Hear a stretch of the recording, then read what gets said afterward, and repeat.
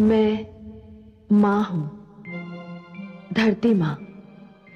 श्री विष्णु भगवान ने बड़े सुंदर ढंग से महाराज मनु को यह बताया कि जीवन का क्या महत्व है और मानव का अंत संभव है, जीवन का नहीं। जीवन निरंतर चलता रहता है। परंतु जब उन्होंने महाराज मनु से यह कहा कि जीवन की रक्षा करने के लिए वे नौका पर समस्त आवश्यक सामग्री और वस्तुएं अपने साथ ले जाएं, तो मैं सोच में पड़ गई। क्या श्री विष्णु भगवान ये कहकर महाराज मनु की परीक्षा ले रहे हैं? क्या वे ये जानना चाहते हैं कि मनु किन वस्तुओं और किस सामग्री को जीवन के लिए आवश्यक समझते हैं? सुमेरु पर्वत पर महाराज मनु जो कुछ अपने साथ ले जाना चाहेंगे वो क्या होगा? तुम्हारी ही भांति मुझे भी प्रतीक्षा है उस घड़ी की जब मनु और शत्रुपा श्री विष्णु की दी हुई नौका पर आवश्यक सामग्री रखना आरंभ करेंगे।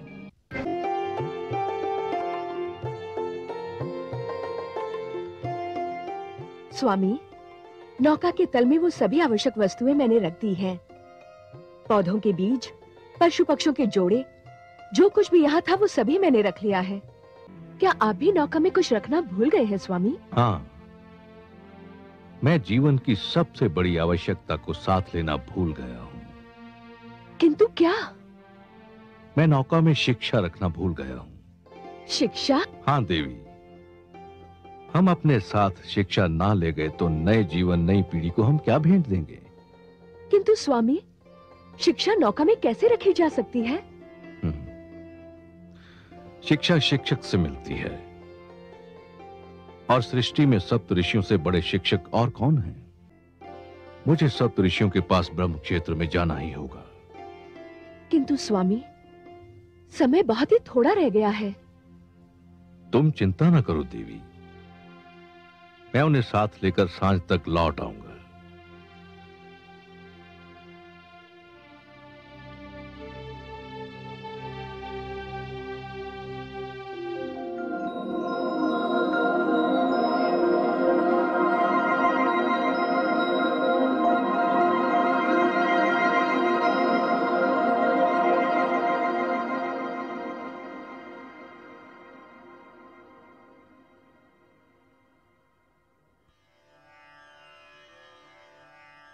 प्रणाम।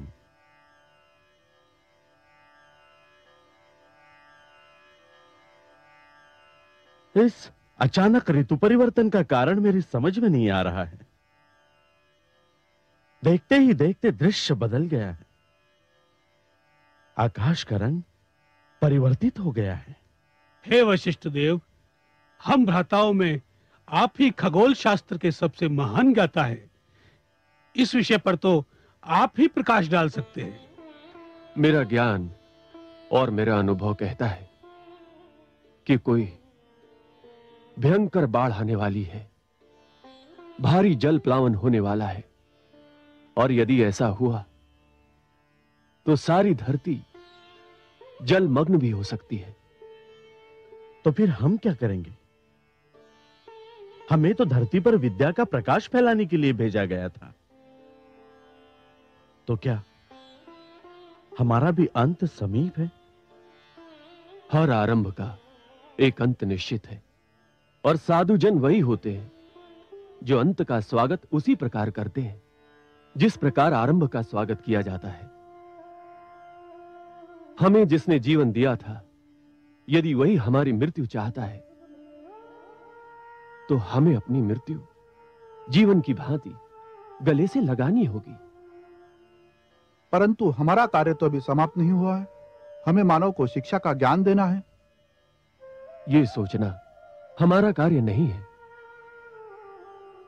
हे वशिष्ठ देव, हम सब में आप ही श्रेष्ठ हैं। आपका मार्गदर्शन पाकर हम सब आगे बढ़ते हैं। तो फिर हमें योग समाधि लगाकर ध्यान मग्न हो जाना चाहिए। मृत्यु आए तो हमें अपना स्वागत करता पाए। आपके आदेश का पालन होगा।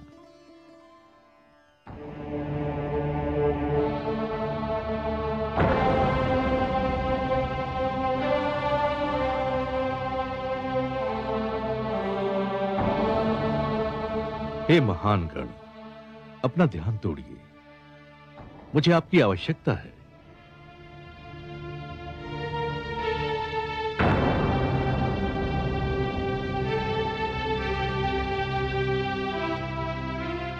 मैं ब्रह्मपुत्र, आपका अनुज, मानव कल्याण के लिए आपको लेने आया हूं। इस जल प्लावन के उपरांत जो जीवन आरंभ होगा, आप नहीं होंगे तो वो अंधकार में भटकने लगेगा। हे ऋषिगण, आपको सृष्टि में आने के उद्देश्य की पूर्ति करनी है। मानव जाति के लिए, जीवन के लिए आपका मेरे साथ चलना अनिवार्य है। आंखें खोलिए, समय हाथों से निकला जा रहा है।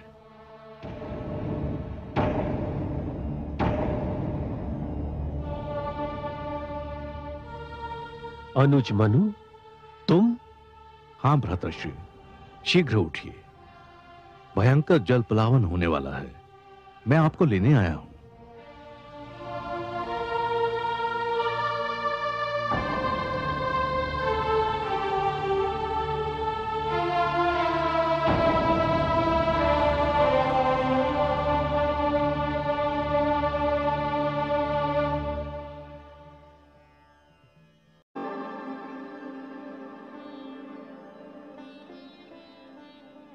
देवी, धरती पर जल प्लावन का समय आ गया है। आपकी अनुमति हो तो एक बात पूछूं देव? अवश्य पूछिए देवी। क्या जल प्लावन का निर्णय नितांत आवश्यक था? ब्रह्मा जी का उद्देश्य बहुत उच्च, बहुत महान, बहुत पवित्र है, और इस उद्देश्य की पूर्ति के लिए धरती का स्वच्छ होना अनिवार्य है। पर प्रभु, क्या इस जल प्लावन में सब कुछ डूब जाएगा? देवी, हम त्रिमूर्ति हैं, ब्रह्मा, विष्णु और मैं। हम तीनों के अपने अपने कार्य क्षेत्र हैं, और हमें से कोई किसी दूसरे के कार्य क्षेत्र में पग नहीं धरता। ब्रह्मा जी अपना कार्य कर चुके हैं, अब मैं अपना कार्य करने जा रहा हूं। इस जल प्लावन में क्या डूबेगा और क्या बचेगा, इसका ज्ञान तो केवल श्री हरि विष्णु को है, क्योंकि ये उनका कार्य क्षेत्र है। पर प्रभु, इसके उपरांत होगा क्या? उसके उपरांत सब कुछ शांत हो जाएगा।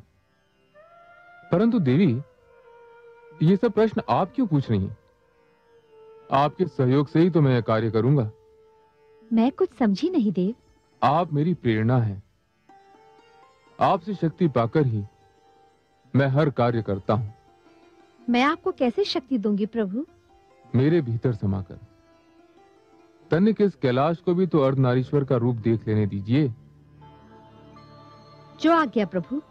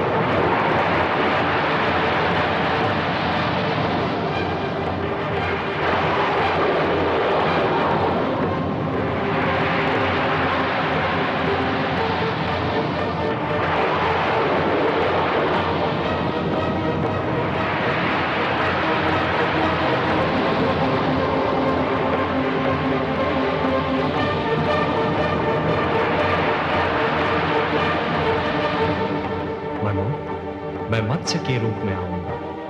तुम इस नौका को मेरे सींग से बांध देना। मैं तुम्हारी नौका को सुमेरु पर्वत पर ले जाऊंगा। हे सर्वेश्वर, आपने तो कहा था कि आप हमारी सहायता करेंगे।